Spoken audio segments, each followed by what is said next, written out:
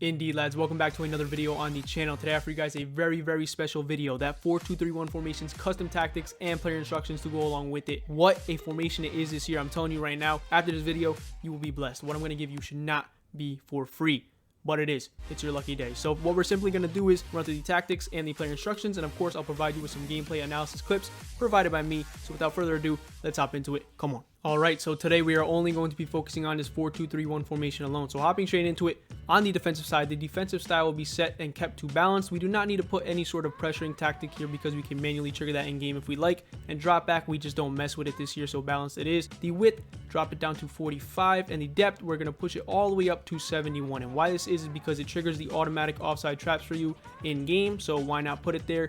It's what works. It's what all the pros and top players do. So what we're going to do is, if we can't beat them, we're going to join them. So 71 depth it is. Now I'm going to show you guys some clips on how your team will look in game with these tactics in this formation. Taking a look at the defensive shape in this 4-2-3-1 formation with the tactics we have set on it, you can see the 71 depth does not push your back line incredibly high. You can see our opponent has the ball in our own half. Our back line, what it's not going to do is drop into the 18 or even be at that top of the 18 line. You see it's a bit above and beyond the half moon as well. It's a good line for your back line to hold, so do not worry about that. You can see here what we're really doing is just making it more compact and harder for our opponent to break through. And really what you just want to do with this formation is use one of the two defensive mids and win the ball and chase around your opponent. Moving on to the offensive side now, build-up play will be set to long ball. It's been working very well for me this year, especially how the meta is over the top through balls, especially if you have a big boy up top like Erling Haaland. We all know about him. This tactic will work and help you out very much. And chance creation set to direct passing. As always, what it does is just make your players just go direct. It pushes your opponent's backline into their 18, giving you more space to play in front of them. This tactic will push their backline into the 18, and you'll be able to play a lot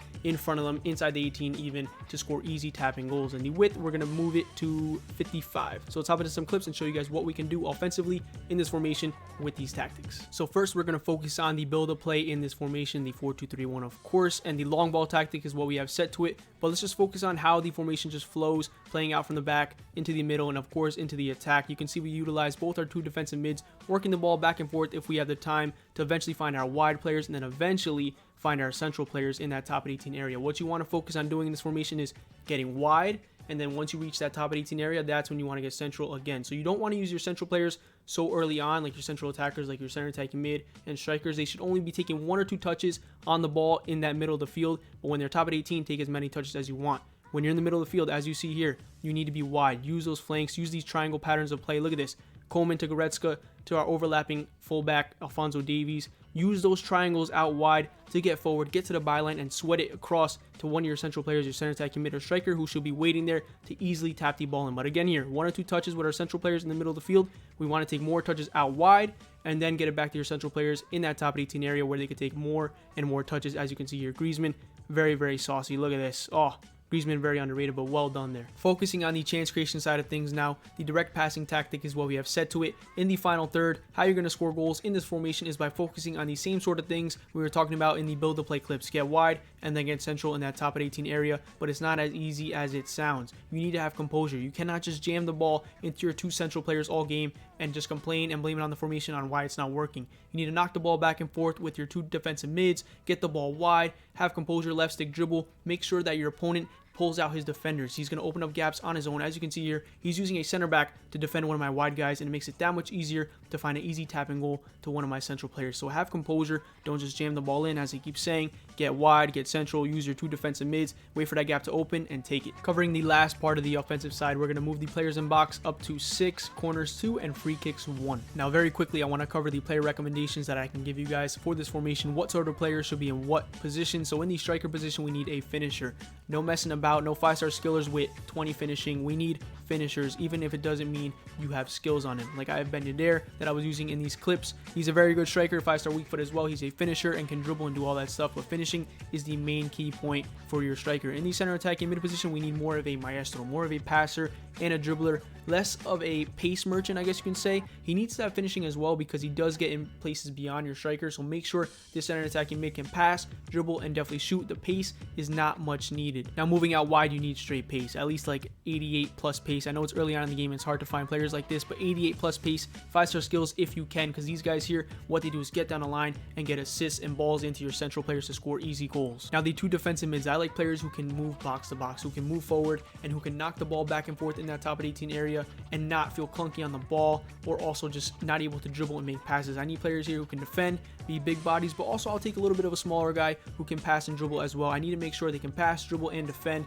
Pace is not much needed as long as they can be lengthy in this game, so make sure to have two defensive mids that can also go forward as well as defend. And for the back four, just get proper defenders. On the outside backs, I like to have pace down there because I do like to combine and get my outside backs going forward, as you guys might have saw with Davies in earlier clips. I like to have them get forward sometimes with an L1 trigger, so make sure to just play how you want to play and get the outside backs that you prefer to use in game. Now, moving on to the player instructions. For the striker position, we're going to have absolutely nothing set to it, and this is because it is a lone striker formation. This player here cannot be restricted from checking in, getting in behind, going wide, staying central. We want this striker to do whatever he feels like he should do in game when the time arises. So what I'm going to do now is show you guys some clips on what this striker will offer you with these tactics in game. So the striker in this 4-2-3-1 formation is going to do what any old striker will do for you. Just be up there on your opponent's back line, waiting in that top of the 18 area, looking to combine with the center attacking mid right below him, or sometimes above and beyond him to make runs in behind. So treat this striker almost like a center forward at times, but also as the striker he is. He will drop in sometimes to receive the ball, or other times he'll make runs in behind. With no tactics set to him, he's going to do whatever is right to do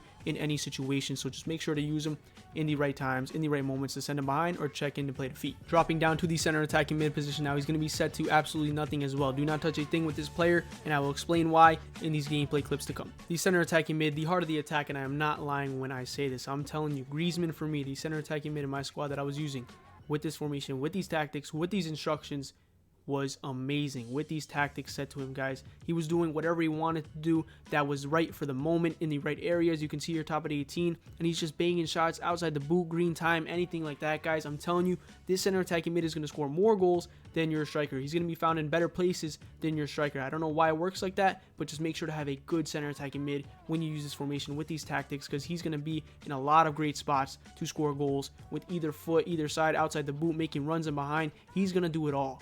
And I'm telling you, he's going to be in the great positions as well for tap-in shots, just like where your striker should be, your center attacking mid will be. Moving on to the outside attacking mids, your Lamb and your Ram for short, come back on defense and get into box for cross is set to the both of them. Come back on defense for that proper defensive structure and get into box for cross. That way, when you're in that top of the 18 area, they're not just hanging out wide and not helping. Instead, they're going to get into the box and be there for that extra pass when the ball goes across the box, or just be there inside the box in the attacking third, more centrally, to get in on some goals or possible assists that may arise. The outside attacking mids are going to help out a lot when it comes to creating assists and also just getting down the line, building up, but they do get in on a lot of goals as well. As you can see, Dembele there sort of getting into the box, that instruction that we have set to him, working at its finest. Once again, he's in the box there, waiting to score goals and combine and help out. He's not just hanging out wide, so make sure get into box is set to your outside attacking mids. They get in on a lot of goals. Give and go action is always on.